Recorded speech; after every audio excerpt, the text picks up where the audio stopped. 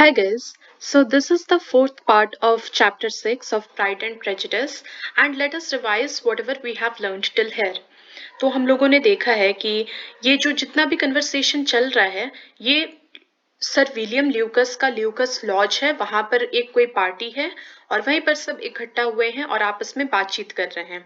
तो हम लोगों ने देखा कि एलिजाबेथ बेनेट और उसकी बेस्ट फ्रेंड शार्लोट ल्यूकस, इन दोनों का बातचीत चल रहा है और अपना ओपिनियंस बता रही हैं कि मैरिज को लेके क्या है। शार्लोट ल्यूकस जहां पर बोलती है कि आदमी को प्रैक्टिकल प्रैग्मेटिक होना चाहिए और अपना इमोशंस को बहुत ही एक्सप्रेसिव होके व्यक्त करना चाहिए सामने वाले के सामने।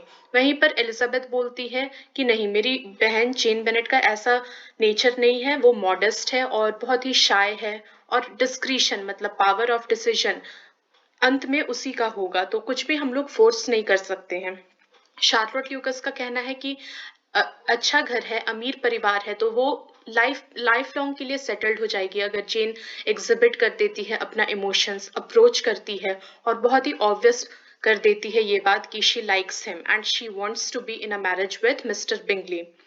तो ये बात चल रहा है और वहीं पर जहाँ ये लोग जेन बेनेट और मिस्टर बिंगले का लव लाइफ डिस्कस कर रहे हैं या फ्यूचर मैरिज हो पाए, ये सब पे इनका नजर है। वहीं पे हम लोग देखते हैं कि मिस्टर डार्सी धीरे धीरे एलिजाबेथ बेनेट को पसंद करने लगे हैं और मिस्टर डार्सी का लाइकिंग उसके लिए बढ़ रहा है। पहले तो उसे बेयरली टॉलरेबल बोले, प्रिटी भी नहीं मानी, लेकिन अब क्या बोल रहे हैं कि उसका आइज बहुत एक्सप्रेसिव है, बहुत ही इंटेलिजेंट है वो। तो फिर हम लोग देखते हैं कि मिस्टर डार्सी में करेज बिल्कुल भी नहीं है, सामने से वो बिल्कुल भी जाके बात नहीं कर सकेंगे, तो इसीलिए क्या करने लग जाते हैं, अपना ईविस ड्रॉपिंग करने लग जाते हैं, ओवर हियर करने लग जाते हैं कॉन्वर्सेशन कि एलिजाबेथ बेनेट बाकी लोगों से कैसे बात करती है, क्या बात करती है। तो यही जब एलिजाबेथ भांप लेती है कि अरे, ये मेरा बात ध्यान मतलब कि ध्यान से सुन रहे हैं, इन्वॉल्व हो रहे हैं जब मैं किसी दूसरे से बात कर रही हूँ, तब वो बोलती है शार्लोट को कि what does Mr Darcy mean by listening to my conversation with Colonel Forster. मतलब कि मिस्टर डार्सी के मन में क्या चल रहा होगा, शार्लोट बताओ तो, ये मेरा और कोलोनल फोस्टर का बात इतना गौर से क्यों सुन रहे हैं। तब शार्लोट बोलती हैं और यहाँ से स्टार्ट होता है चैप्टर, ये page, this is a question which Mr Darcy only can answer.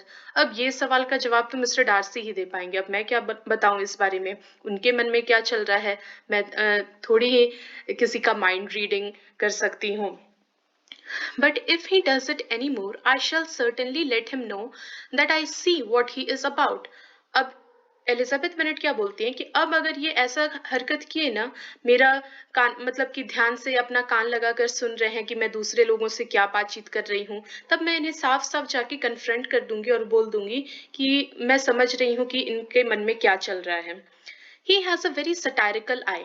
Satirical eye मतलब होता है, ये आप लोग साथ में अगर मीनिंग लिख लेंगे तो ये समझने में आसानी होगा और वोकेबलरी भी आप लोगों का अच्छा होगा। तो सटायरिकल आई मतलब sarcastic and critical expression in his eyes, मतलब कि एक judgmental look. And if I do not begin by being impertinent myself, I shall soon grow afraid of him. अब एलिजाबेथ क्या बोलती हैं कि मुझे पता है कि इनकी आंख में एक जजमेंट दिख रहा है, इनकी आंख में एक सरकाजम दिख रहा है, और अगर मैं if I do not begin by being impertinent myself, I shall soon grow afraid of him. Impertinent का मतलब होता है disrespectful, मतलब इसका appropriate meaning अगर आप ढूंढेंगे तो ये बताएगा not showing respect to somebody who is older and more important. एक तरह से बहुत ही rude और disrespectful होना। और तो वो बोलती हैं एलिजाबेथ कि मैं इनको अपना ऐसा बिहेवियर, मिस्टर डार्सी ऑब्वियसली बहुत इंपॉर्टेंट है, बहुत वेल्दी मेंबर हैं सोसाइटी के, तो उनको तो इम्पोर्टेंस का आदत होगा, उनको आदत होगा कि लोग मुझसे इज्जत से बात करें। तो एलिजाबेथ बोलती हैं कि मैं उन्हें कोई रिस्पेक्ट नहीं दिखाऊंगी और ये इससे मैं जाहिर कर दूंगी कि मैं उनसे डर नहीं रही हूँ, और अगर मैं उन्हें इज्जत दूंगी तो इनसे वो क्या लगेगा, आई शैल सून ग्रो अफ्रेड ऑफ हिम। इससे उन्हें लग जाएगा कि अरे, ये तो मेरे से डर गई है। On his approaching them soon afterwards, इसका मतलब है डार्सी अप्रोच करते हैं एलिजाबेथ बेनेट और शार्लोट ल्यूकस को, though without seeming to have any intention of speaking. ये दिख रहा था कि उनका कोई मतलब इंटेंशन नहीं था उन लोगों से बात करने के लिए। Miss Lucas defied her friend to mention such a subject to him, which immediately provoking Elizabeth to do it, she turned to him and said, डिफाइड का मतलब क्या होता है, to ask somebody to do something that you believe to be impossible. एक ऐसा काम असंभव काम करने के लिए पूछ लेना।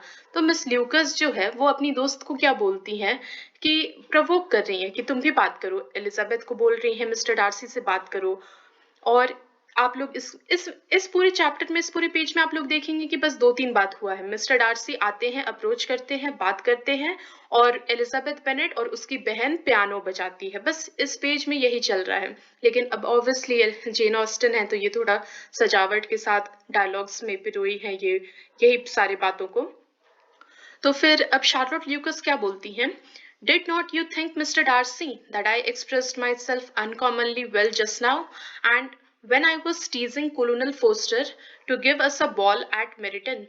शार्लोट ल्यूकस अपना ही तारीफ कर रही है और बोल रही है कि क्या आपको नहीं लगता मिस्टर डार्सी कि मैं अपने आप को बहुत ही ज्यादा अच्छे से एक्सप्रेस कर पाती हूँ, एकदम ये extraordinary out of the world way में एक्सप्रेस कर पाती हूँ। और कोलोनल फोस्टर से एक पार्टी मांग रही थी कि मेरिटन में आप हम लोगों को एक पार्टी दीजिए।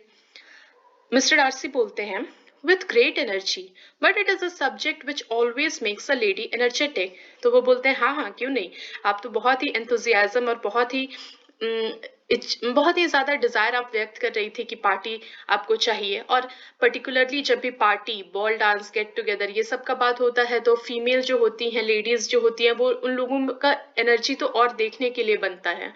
मतलब अच्छा लगता है उन लोगों को सोशलाइज करना। मेन लोग तो ज्यादातर बिजनेस और ये सब में इंटरेस्टेड दिखते हैं या स्पोर्ट्स में, और पार्टी होल्ड करना या फिर तैयार होके जाना ये सब विमेन लोग को ज्यादा पसंद आता है। तो अब शार्लोट ल्यूकस बोलती हैं you are severe on us. वो बोलते हैं ये तो आप कुछ ज्यादा ही स्ट्रेट फॉरवर्ड हैं और आप कुछ ज्यादा ही हम लोगों को कड़क रिप्लाई दे देते हैं, एकदम थोड़ा सा चुभने वाला रिप्लाई दे देते हैं। It will be her turn soon to be teased, said Miss Lucas. I am going to open the instrument, Eliza, and you know what follows. तो अब यहाँ पर ल्यूकस क्या बोल रही है, कौन से इंस्ट्रूमेंट का बात हुआ है? पियानो का। एलिजाबेथ बोलती है कि अभी मैं पियानो खोलने वाली हूँ और उसके बाद तुम्हें पता है कि क्या होगा। तो अब एलिजाबेथ का डायलॉग आता है और वो बोलती हैं you are a very strange creature by way of a friend. एक फ्रेंड के हिसाब से हम लोग फ्रेंड से क्या एक्सपेक्ट करते हैं कि हम लोगों का भावना समझे, हम लोगों को कोई अनकंफर्टेबल सिचुएशन में नहीं डाले। लेकिन ये तो उल्टा ही कर रही है शार्लोट ल्यूकस। तो इस हिसाब से तुम बहुत ही अजीबो गरीब हो कि हाँ सॉरी अजीबो गरीब हो। Oh just a minute, you are a very strange creature by way of a friend. हाँ तुम्हारा बिहेवियर जो है वो बहुत ही अजीब हो जाता है इस वे से, एक फ्रेंड के मामले में अगर देखा जाए तो। Always wanting me to play and sing before anybody and everybody.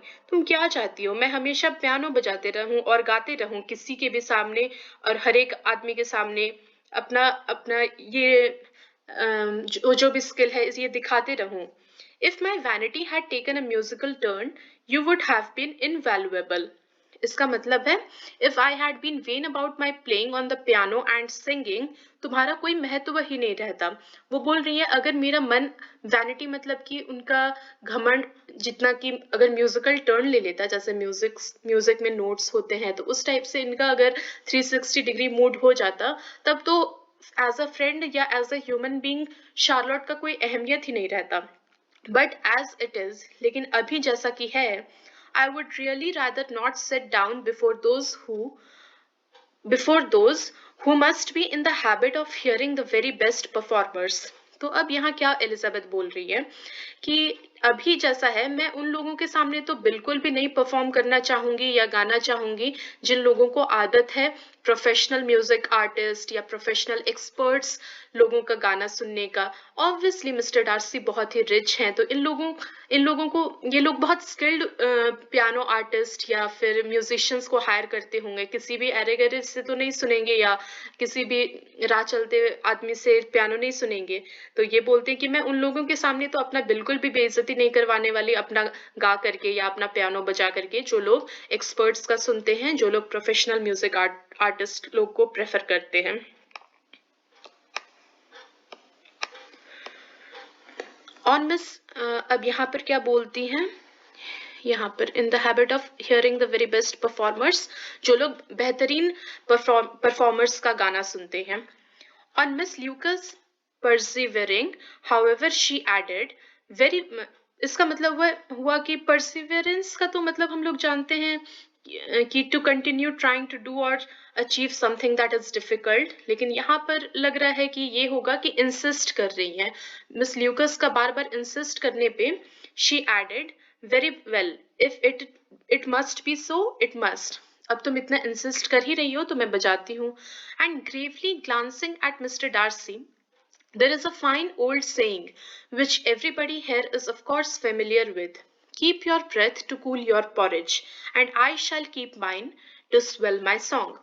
अब यहाँ पर थोड़ा सरकाजम है या अपना विट जाहिर कर रही हैं एलिजाबेथ, और वो एक एक नजर घूर के देखती है मिस्टर डार्सी को और बोलती हैं कि एक कहावत तो आप लोग सुने होंगे, एक फ्रेज या ईडियम जो भी हम लोग बोलते हैं, एक आप मुहावरा तो सुने होंगे, जो मैं श्योर हूं कि यहाँ पर सब लोग उससे रूबरू होंगे, जानते होंगे कि keep your breath to cool your porridge. इसका मतलब है कि focus on yourself and your life rather than other peoples lives and issues. अपना काम से काम रखना है, अपना सांस को, यहाँ पर अगर इसका लिटरल मीनिंग देखना हो तो कहेंगे कि अपना सांस को अपने दलिया को ठंडा करने के लिए यूज करना चाहिए. तो इसका मतलब वही है कि अपने काम से काम रखो, माइंड योर ओन बिजनेस.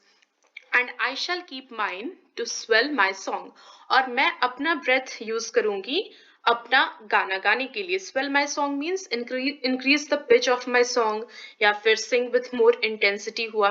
तो अपना ऑब्वियसली अगर आप लोग में से कोई म्यूजिशियन होंगे या कोई सिंगर होंगे तो जानते होंगे कि हम लोगों को का ब्रेथ का बहुत यूटिलाइजेशन होता है गाने में. तो फिर यहाँ पर वही बोल रही हैं कि मैं अपना सांस को अपने गाने में इस्तेमाल करूंगी, पिच बढ़ाने में या इंटेंसिटी या इमोशन जाहिर करने में. अब यहाँ पर एलिजाबेथ ऑथर बोलती हैं, her performance was pleasing though by no means capital. Elizabeth का परफॉर्मेंस जो था अच्छा था, सूदिंग था, सुनने लायक था, लेकिन किसी भी तरह से बहुत ही सुपीरियर नहीं था या सुपर एक्सेलेंट नहीं था. After a song or two, just a minute, after a song or two, and before she could reply to the entreaties of several that she would sing again, she was eagerly succeeded at the instrument by her sister Mary. Mary Bennet आप लोगों को याद होगा, ये भी एक Bennet sisters की one of the sisters है, जैसे जेन है, एलिजाबेथ है, फिर मैरी, लीडिया और किटी है. तो फिर यहाँ पर क्या बोल रही हैं, एक या दो गाने के बाद उसको सब लोग, एंट्रीटीज मतलब होता है एन अर्नेस्ट और हम्बल रिक्वेस्ट, यानी कि अपील करना या विनती करना या आग्रह करना. तो वो जब एक दो गाना गाती हैं और before she could reply to the entreaties of several, अब बाकी लोग डिमांड करने लगे, बाकी लोग विनती करने लगे कि और वंस मोर जो कॉमन लैंग्वेज में बोलते हैं, तो उस तरह बोलने लगे. तो इससे पहले वो उन लोगों को जवाब दे पाती, she was eagerly succeeded at the instrument by her sister Mary. इससे पहले जवाब दे पाती या कुछ भी अपनी तरफ से रिस्पॉन्स कर पाती, उसकी बहन जो है मैरी बेनेट बहुत ही एक कॉमन लैंग्वेज में बोले हम लोग तो बहुत ही ज्यादा उसको चुल मचाता और बहुत ही ज्यादा वो डेस्परेट थी अपना डिस्प्ले करने के लिए स्किल, अपना एक्सपर्टीज कि मुझे भी बजाने आता है piano. Who having in consequence of being the only plain one in the family, इसका मतलब है प्लेन वन मतलब होना ऑर्डिनरी लुकिंग या अट्रैक्टिव नहीं दिखना, थोड़ा अगली दिखना. तो बाकी सब बेनेट परिवार में सब कोई बहुत सुंदर थी, लेकिन मैरी बेनेट जो थी वो थोड़ी ठीक ठाक दिखती थी, एवरेज दिखती थी, ऑर्डिनरी लुकिंग थी. तो अब उसके पास क्या रह गया, सिर्फ दिखाने के लिए बुक्स का नॉलेज रह गया. बुक्स भी बहुत ज्यादा पढ़ती थी, बुक वर्म थी, नर्ड थी. तो अब उसके पास खूबसूरती तो था नहीं कि अपने आप को बहुत डेकोरेट करे या अपने आप को सजने संवरने में टाइम स्पेंड करे, भगवान लुक्स तो दिए नहीं. तो अब ये अपने आप को बाकी फील्ड में अच्छा तैयार कर रही थी, तो डेस्परेट थी अपना दिखाने के लिए स्किल, और हाँ लुक्स था नहीं उसके पास, तो अपना बाकी एरियाज में खुद को पॉलिश कर रही थी. तो वही लिखा है, in consequence of being the only plain one in the family, worked hard for knowledge and accomplishments, was always impatient for display. तो ये अपना बाकी फील्ड में बहुत कड़ा मेहनत की थी, मेहनती थी, और बाकी एकम्प्लिशमेंट मतलब वही हुआ कि किसी को पियानो बजाने आ रहा है, किसी को कुछ म्यूजिकल इंस्ट्रूमेंट आ रहा है, किसी को डांसिंग आ रहा है, पेंटिंग आ रहा है। ये सब ये सब एकम्प्लिशमेंट उस ज़माने में माना जाता था, क्योंकि वुमेन के लिए अपॉर्च्युनिटीज़ बहुत लिमिटेड रहता था। तो इसलिए वो बहुत ही इम्पेशेंट रहती थी, बहुत ही उतारू रहती थी और डेस्परेट रहती थी कि अपना स्किल दिखा पाएँ। So we will continue chapter 6, and I think in two more parts we will complete this chapter. So yeah, thank you so much.